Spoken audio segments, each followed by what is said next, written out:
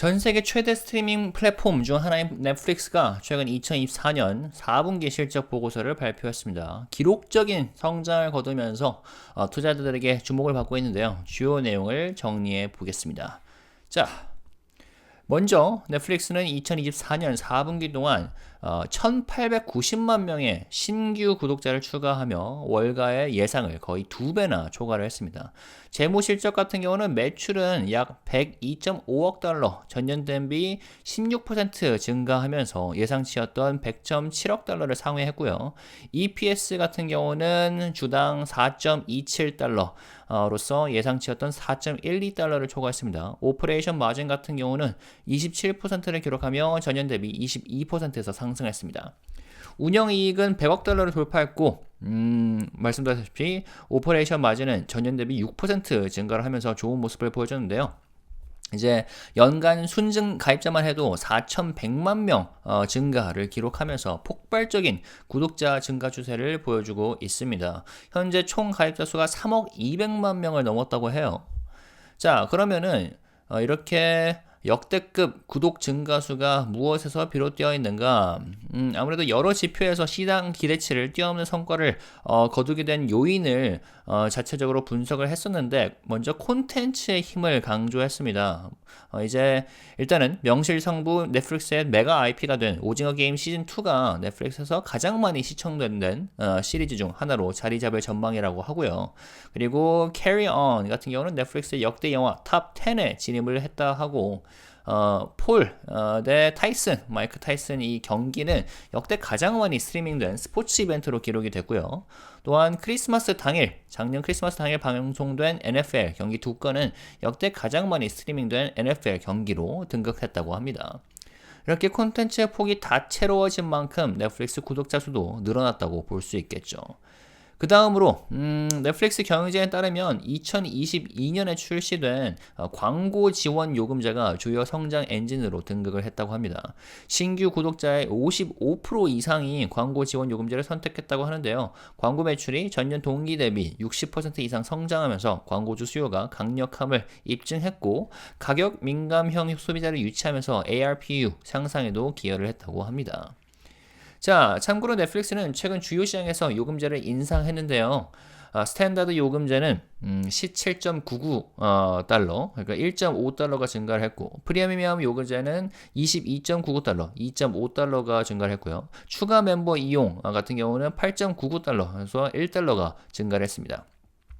이제 가격 상향 조정은 사용자당 평균 매출 성장을 이끌어내면서 안전적인 매출 기반을 강화하기 때문에 호재로 받아들여지곤 합니다. 물론 일반 구독자 입장에서는 마냥 반갑지만은 않은 소식이죠.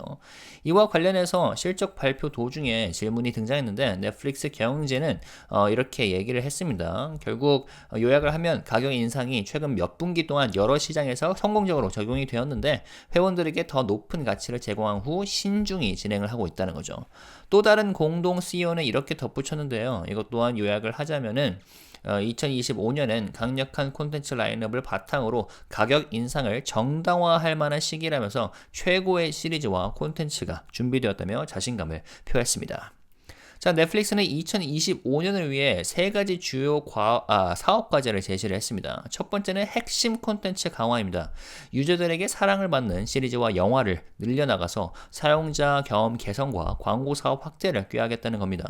두 번째는 신규 사업 영역 탐구입니다. 최근 밀고 있는 라이브 프로그램 그리고 게임 부문에서 성장해서 새로운 파트너십 과 콘텐츠 혁신을 활용하겠다는 전략이고요. 세 번째는 재무 및 운영 측면에서의 성장인데요. 현재 2025년 예상 매출로 435억 달러에서 445억 달러를 전망하고 있고 효율성 강화와 절제된 지출 계획을 반영해서 운영 마진 목표를 29%로 설정을 했다고 합니다.